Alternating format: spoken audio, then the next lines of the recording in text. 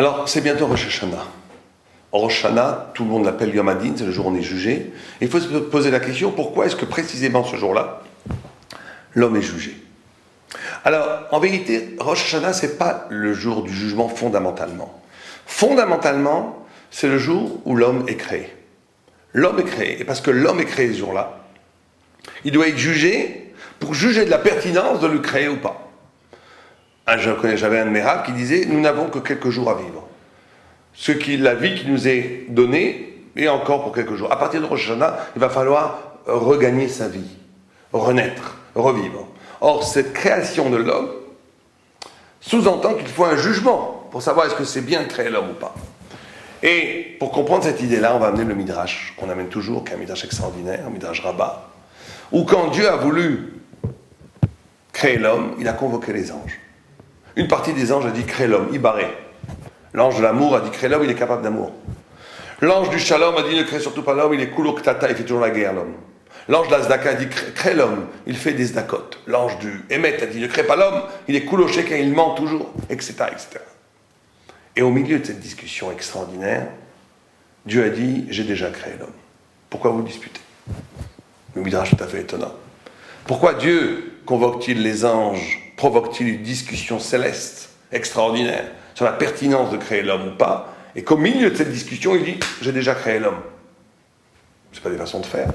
S'il avait décidé de créer l'homme, il n'avait qu'à le créer, sans demander aux anges leur avis. Et s'il demande leur avis aux anges, pourquoi n'attend-il pas la fin de la discussion pour dire oui ou non?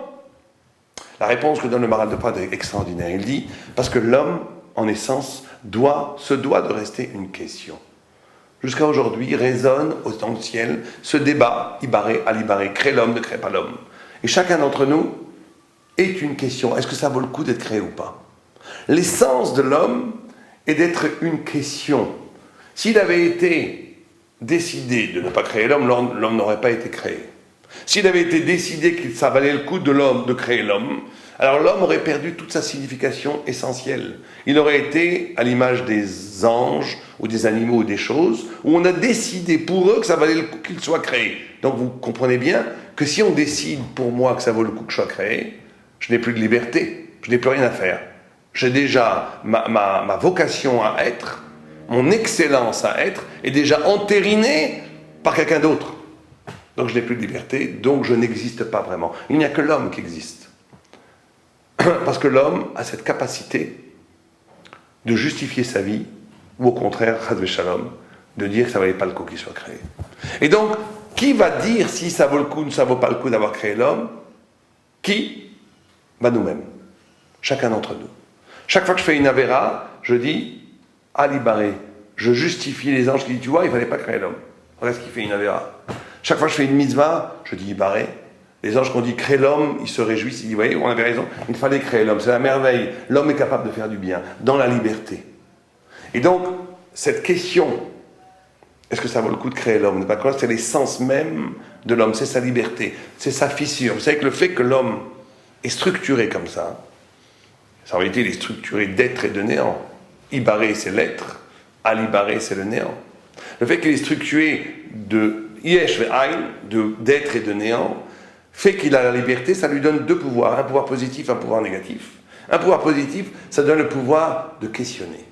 La question, le koachma, la possibilité de s'étonner, de questionner, c'est justement de s'arracher au déterminisme. Quand je pose une vraie question, c'est que je suis capable de ne pas subir les choses, de m'interroger. Ça vient de ce pouvoir, ça vient de cette faille, de cette fissure qui est dans l'essence même de l'homme, ça lui donne la liberté d'interroger. Le pendant négatif de ce pouvoir d'interroger, c'est le doute. Je peux toujours douter de tout. L'homme est libre de douter de tout. Mais le doute, c'est tout petit, c'est tout mesquin. Ça m'empêche de m'engager. Je doute de tout, donc je fais rien. Le tzaddik questionne. Il n'y a pas une page de Gemara sans une question. Chochma, qui veut dire intelligence, est l'anagramme de koachma, le pouvoir de questionner. La question m'ouvre à l'infini, me fait avancer. Le doute me fait stagner, je ne bouge pas. C'est encore une fois, là aussi, c'est le lieu du choix. L'homme choisit le bien, le mal, le doute ou le questionnement. Mais en tous les cas, à Rosh Hashanah, on va donc nous juger, est-ce que ça vaut le coup de créer? Est-ce que ça vaut le coup de créer cet homme? Comment est-ce qu'on va être jugé? Dieu prend chacun d'entre nous, le regarde, Ça dure ce que ça dure. Et il pose une seule question. Est-ce que cet homme-là, ça vaut le coup? Est-ce qu'il justifie à lui tout seul la création de l'univers entier? C'est tout. C'est ça la question à laquelle on va devoir répondre dans quelques jours. Est-ce que nous, moi, vous, quelqu'un ici, là-bas, est-ce que lui, cet homme-là, est-ce que ça vaut le coup d'avoir créé l'univers entier pour lui? Qui peut passer un tel dîne? Qui peut dire oui, moi je vaux le coup? Qui peut passer un tel dîne? Comment est-ce qu'on peut passer un tel dîne? Deuxième question, on nous dit que c'est Yom Hadin et pourtant on mange, tout le monde pose la question, on fait un Yom Tov. Parce que Betuchim Sheyeh Nes. Am Israël connaît son Dieu et ils sont sûrs qu'il y aura un Nes, être sûr qu'il y aura un miracle. C'est deux termes contradictoires. Comment est-ce que je peux être sûr qu'il y aura un miracle? C'est un miracle, c'est jamais sûr. Et comment, de toute façon, j'ai la chutzpah d'être sûr qu'on va avoir un miracle?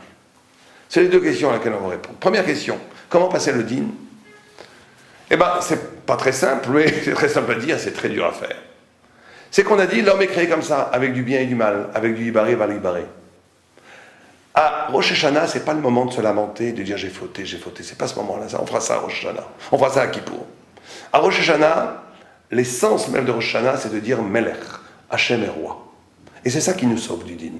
Quand je dis Dieu est roi, je me sauve du dîn. Pourquoi? Parce qu'en vérité, je dis une chose suivante. Je dis, Dieu, c'est toi qui m'as créé avec du bien, ibaré. Mais tu m'as créé aussi avec du mal, al-ibaré. Tu m'as créé avec les deux. Je suis le lieu du combat entre les forces des ténèbres et des lumières. Je suis le lieu du combat entre le bien et le mal. C'est toi qui m'as créé comme ça. Hachem Melech, c'est toi qui as décidé. Donc c'est toi qui as décidé de me créer comme ça. Redonne-moi la vie pour que je continue le combat du bien et du mal. C'est comme ça qu'on passe le dîn. En d'autres termes, comme à l'origine du monde, à l'origine du premier homme, l'homme a été créé, structuré par du bien et du mal. Pourquoi Dieu a voulu faire ça? Parce que le sens et l'essence de l'homme, c'est le combat entre le bien et le mal, entre les forces des ténèbres et des lumières. L'homme est le seul qui peut faire ce combat. L'ange est tout bien. L'animal est tout bien. L'animal n'a rien à faire, il est. L'ange n'a rien à faire, il est. Le seul qui doit devenir, c'est l'homme. Il n'est pas, il devient. C'est pour le devenir, ou bien il devient rachat, ou il devient tzaddik. Il se construit par la flûte entre le bien et le mal, et c'est ça la volonté de Dieu. De créer une créature qui est le lieu même des grands combats du bien et du mal. Or, comment je mérite la vie une autre fois? En m'inscrivant dans ce projet divin. En disant à Dieu, Hachem Melech. C'est pour ça qu'il faut une grande clarté sur soi-même, à Rosh Hashanah. Il ne faut pas se mentir. Il ne faut pas dire je suis tzaddik, j'ai pas de mal.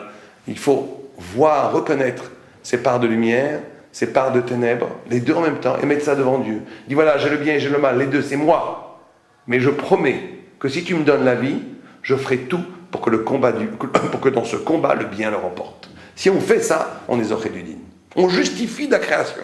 Puisque n'oubliez pas que la question que Dieu pose, est-ce que ça vaut le coup que le monde soit créé pour lui? Bien sûr que non.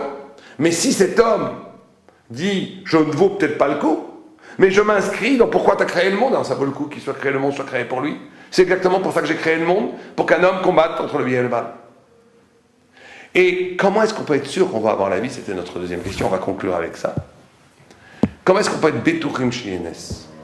Parce que justement, il faut bien comprendre que Rosh Hashanah, comme on l'a dit au début, c'est une renaissance. C'est une Trias Hametim. On revit. C'est une renaissance. Et cette renaissance est un don que Dieu nous fait. Or, le don de la vie, et c'est ça qu'il faut bien comprendre, le don de la vie, c'est toujours une émouna. C'est toujours une foi. C'est de la foi. Dieu me donne des choses. Il n'y a pas de plus grande émouna, plus grand acte de foi que de dire, il y aura un miracle.